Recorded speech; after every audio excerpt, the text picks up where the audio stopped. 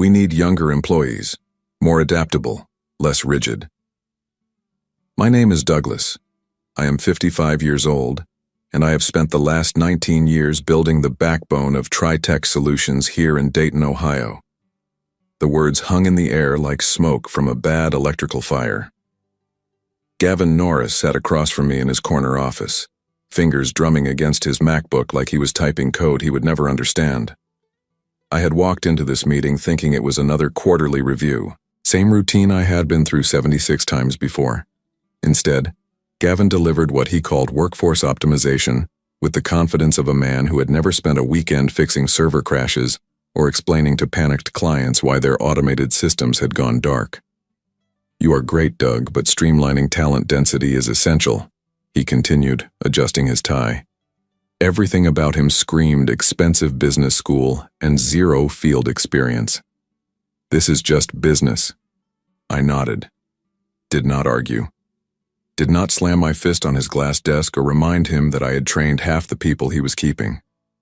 Just gathered my thoughts and replied, "Understood." But something cold settled in my chest as I walked back to my cubicle. For 19 years I had been the guy who made things work. When the server room flooded in 2018, I was the one who waded through ankle-deep water to salvage the backup drives. When our main client threatened to pull their contract over integration failures, I spent 3 straight nights rebuilding their entire workflow system from scratch. I had built proprietary scripts that automated vendor renewals, created internal bridges that connected incompatible software platforms, and documented critical processes in ways that only I understood, not out of spite or job security, out of necessity. The company had never invested in proper documentation protocols, so I had developed my own systems to keep everything running. As I packed my personal items into a cardboard box, I noticed Trevor from the help desk watching me with nervous eyes. He was 26, fresh out of college, and had been asking me for months to explain the back-end automation sequences. I had promised to train him properly when things slowed down. Now, there would be no time. "Hey, Douglas," he said quietly, "is this really happening?" I taped up the box and looked around the office one last time. Apparently so. What Trevor did not know, what none of them knew, was that Gavin had just fired the only person who understood how their entire infrastructure actually worked. The scripts, the automation, the vendor relationships, the emergency protocols. All of it lived in my head and in carefully encrypted files that required specific access credentials. I shook hands with a few colleagues and left without ceremony. 3 weeks later, everything started breaking. I had not set out to become indispensable. When I started at TriTech in 2005, it was supposed to be a temporary position while I figured out my next move. My wife Janet had passed away the year before, and I needed steady work with decent benefits to support my daughter Melissa through her final years of high school. The company was smaller then, 15 employees, basic IT services, nothing fancy. But I had 20 years of experience in systems integration from my previous job at an aerospace contractor, and I could see problems that others missed.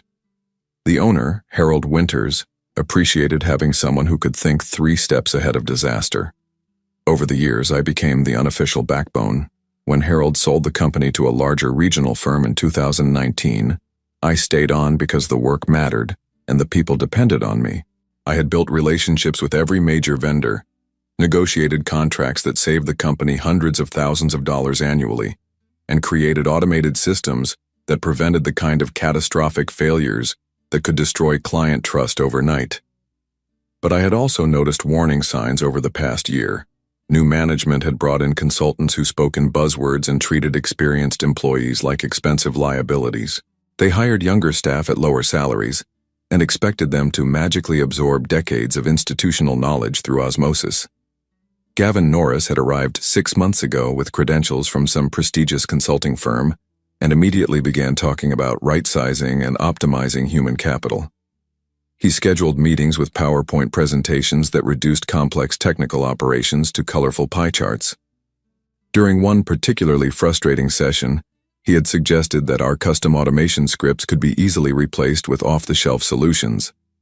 I had tried to explain why that would not work. Our client base required specialized integrations that standard software could not handle. The custom scripts I had written over the years were not just convenience tools. They were critical infrastructure that prevented system failures and data corruption.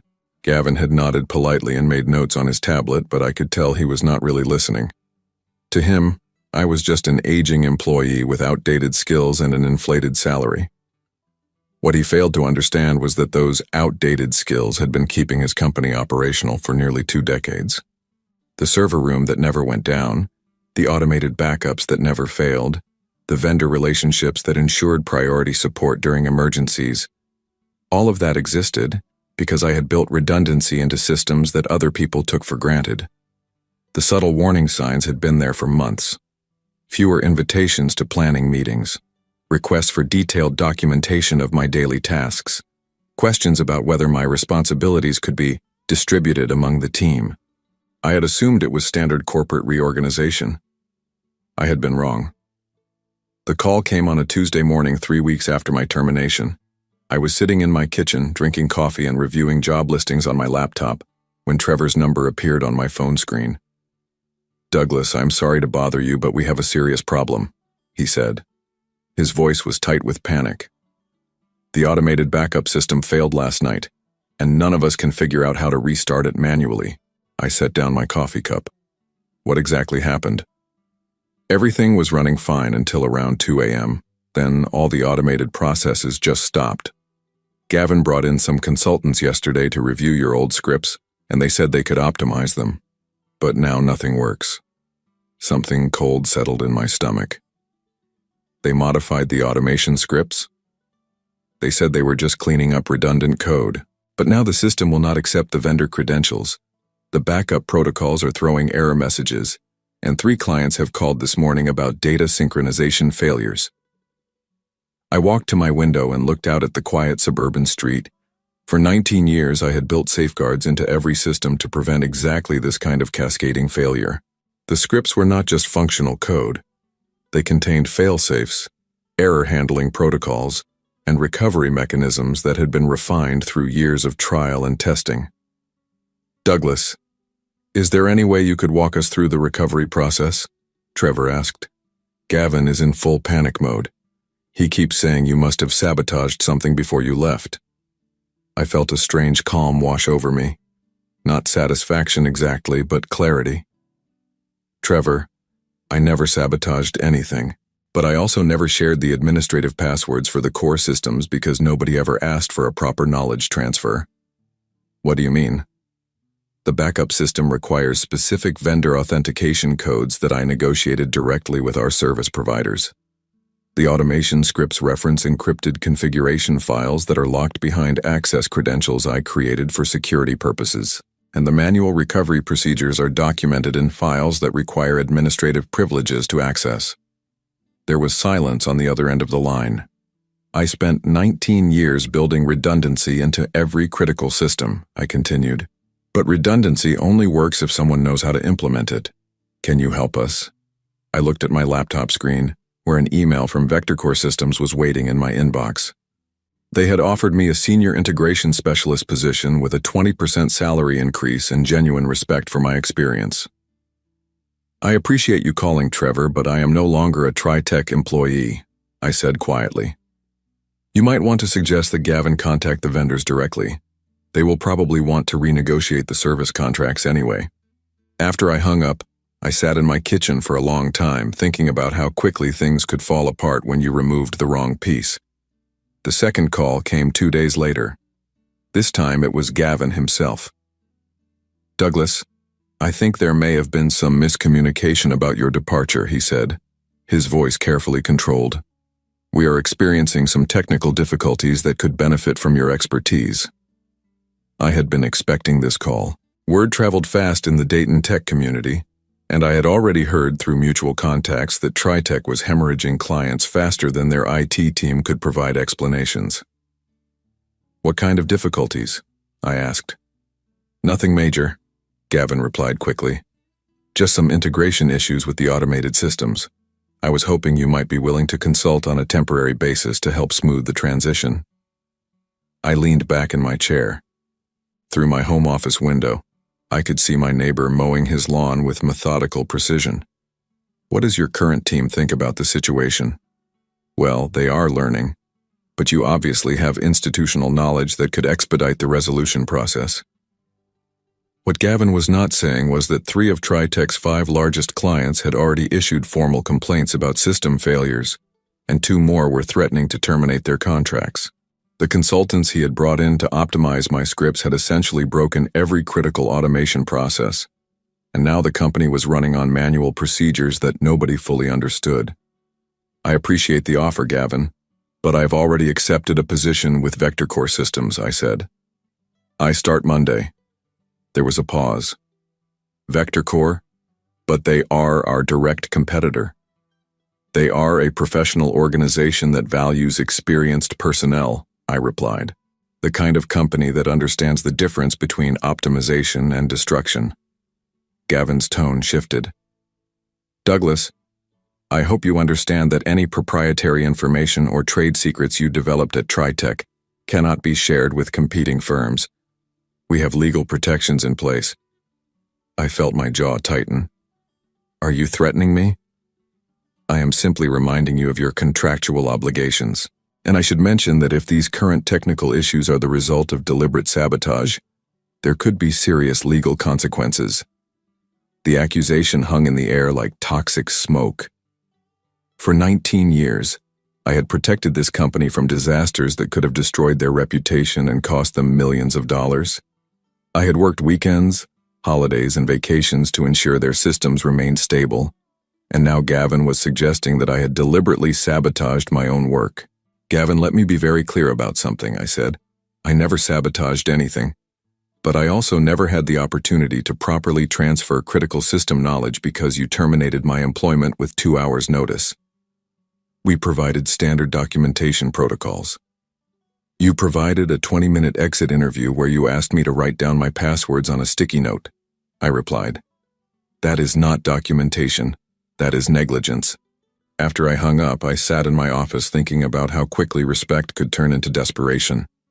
Gavin had fired me for being outdated and inflexible. Now he was accusing me of sabotage because his bright new team could not understand systems they had dismissed as obsolete. But the truth was simpler than sabotage. I had built robust, secure systems that required specific knowledge to operate and maintain.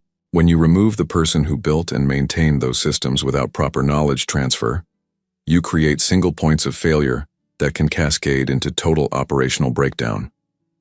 The irony was that Gavin's accusations were probably making the situation worse.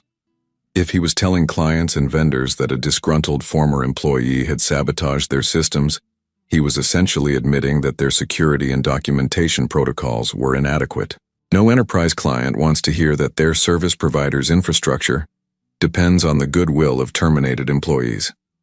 I opened my laptop and began preparing for my first day at Vector Core Systems. They had hired me specifically because of my experience with complex integration challenges and my reputation for building reliable systems. They wanted to learn from my expertise, not replace it with cheaper alternatives. The full scope of the disaster became clear when I ran into Steve Harrison at the grocery store on Saturday morning. Steve was a project manager at Meridian Analytics, one of TriTech's oldest clients, and he looked like he had not slept in days.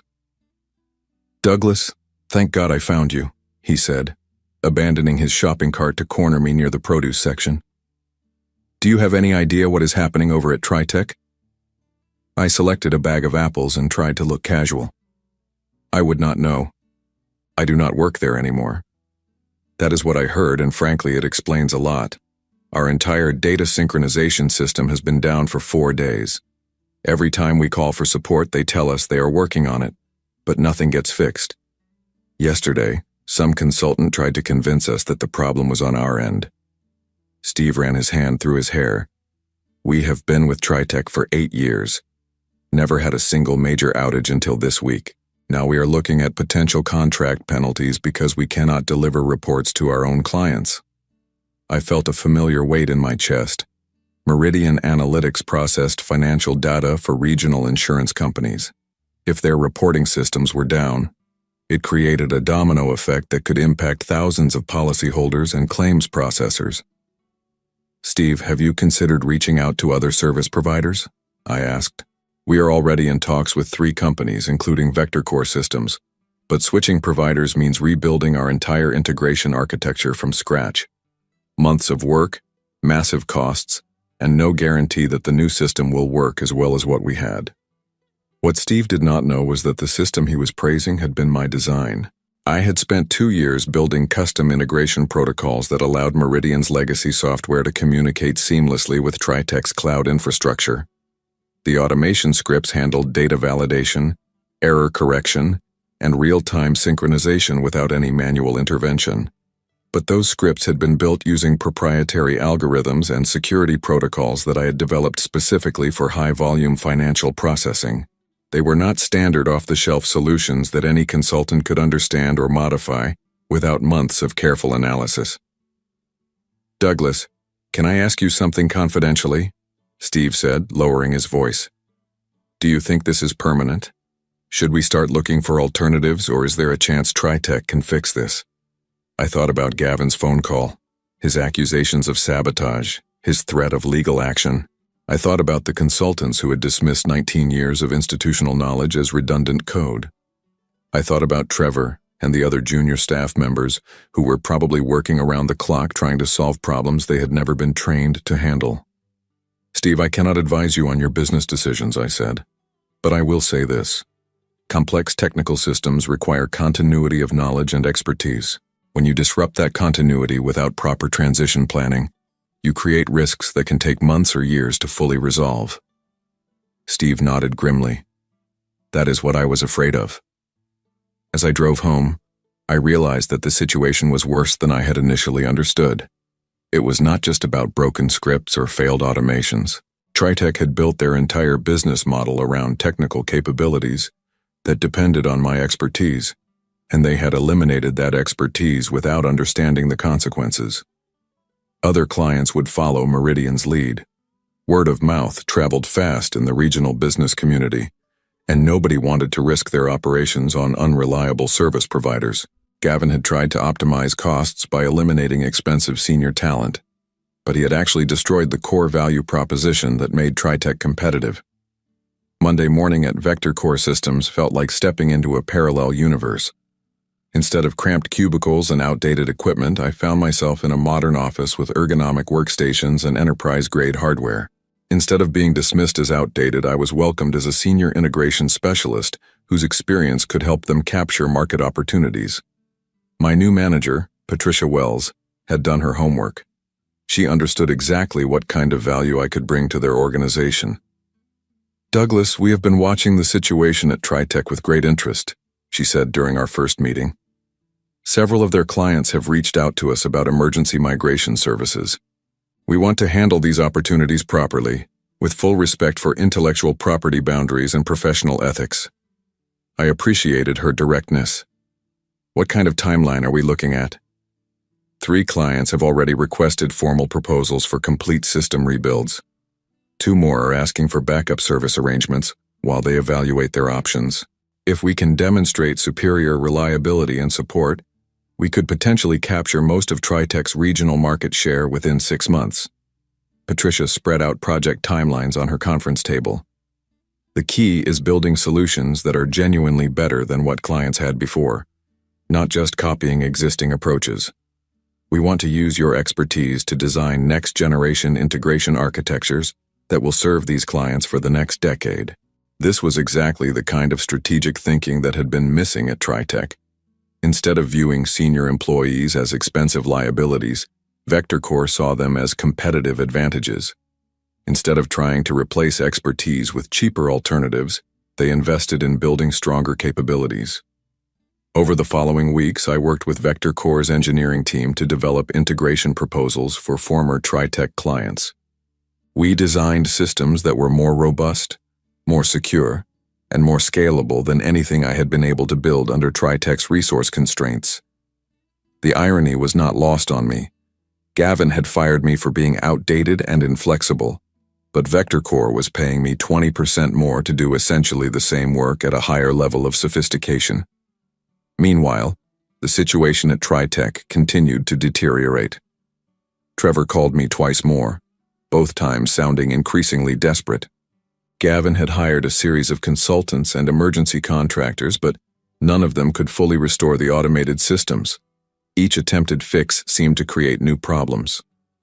They brought in some guy from Chicago who claims he can rebuild everything from scratch, Trevor told me. But he has been here for 2 weeks and nothing works better than when he started. I felt sorry for Trevor and the other junior staff members who were caught in the middle of this disaster. They were talented people who deserved better leadership and proper training opportunities. But I could not help them without potentially compromising my new position at VectorCore. Trevor, I wish I could offer advice, but you understand my situation, I said. Have you considered looking for opportunities at other companies? Actually, yes. Patricia Wells called me last week about a junior integration specialist position at VectorCore. She said you had recommended me. I smiled. Patricia had asked me to identify talented individuals from my former workplace who might be interested in new opportunities. I had mentioned Trevor specifically because of his work ethic and willingness to learn. VectorCore is a good company, I said. They invest in their people instead of treating them as disposable resources. By the end of my first month at VectorCore, we had signed contracts with 2 former TriTech clients and were finalizing proposals for 3 more. The migration projects would take months to complete, but the client relationships were already secured based on demonstrations of superior technical capabilities and professional support. The call came on a Friday afternoon in November, exactly 3 months after my termination from TriTech. I was reviewing integration specifications for a new client when Patricia knocked on my office door. "Douglas, Gavin Norris is online too," she said with a slight smile. "He says it is urgent." I picked up the phone. "This is Douglas." "Douglas, I am calling to inform you that TriTech Solutions has been acquired by Meridian Analytics," Gavin said without preamble. His voice was flat, defeated. "The acquisition includes all assets, client contracts, and intellectual property, effective immediately." I leaned back in my chair, processing this information. "Congratulations. That sounds like a significant development. The new ownership has requested a comprehensive audit of all technical systems and operational procedures," Gavin continued. "During that process, certain deficiencies have been identified in our current infrastructure and support capabilities." What he was not saying was that Meridian Analytics had grown tired of waiting for TriTech to fix their broken systems and had decided to buy the company outright rather than terminate their service contract. It was probably cheaper than the legal fees they would have incurred fighting breach of contract claims. "I see," I replied. "The new management team has specifically requested that you be contacted about returning to oversee the technical transition process," Gavin said. "They are prepared to offer you a senior director position with full authority over systems integration and vendor relationships." I looked out my office window at the VectorCore parking lot, where my colleagues were heading home for the weekend. Good people doing meaningful work in an environment that valued their contributions. "That is an interesting offer, Gavin, but I am quite happy in my current position," I said. "VectorCore has been very supportive of my professional development." There was a long pause. "Douglas, I want you to know that I realize mistakes were made in how your departure was handled. If you were willing to return, we could discuss significant compensation adjustments and improved working conditions. For 19 years, I had kept TriTech's systems running smoothly while management took the credit and collected the profits. Now that their short-sighted cost-cutting measures had nearly destroyed the company, they wanted me to come back and fix their mistakes. Gavin, I appreciate the acknowledgement, but some decisions cannot be undone, I said. I hope the transition goes smoothly for everyone involved. 6 months later, I was sitting in my VectorCore office reviewing quarterly performance reports when Patricia stopped by with a bottle of champagne. Congratulations, Douglas, she said, setting the bottle on my desk. The board just approved your promotion to Chief Integration Officer. Your team has successfully migrated 12 former TriTech clients to our platform, and client satisfaction scores are at an all-time high. I smiled and shook her hand. Thank you. It has been a rewarding experience, What Patricia did not mention was that VectorCore had essentially absorbed Tritech's entire regional market share within 8 months. The acquisition by Meridian Analytics had stabilized Tritech's operations temporarily, but most clients had already made the decision to switch to more reliable service providers.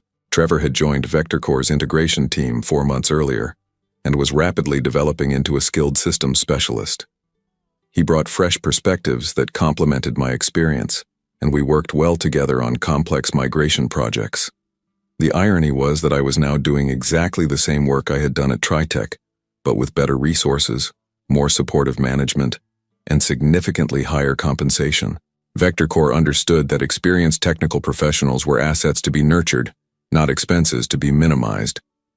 Last week, I had driven past the old Tritech office building and noticed that half the parking spaces were empty. The company still existed under Meridian's ownership, but it was a shadow of what it had been during my 19 years there. I no longer felt anger about Gavin's decision to terminate my employment. His short-sighted approach to workforce optimization had actually created the opportunity for me to find a better position with a company that appreciated my contributions. Sometimes the best revenge is simply being successful somewhere else. In the end, competence always finds its proper value, and I had finally found mine.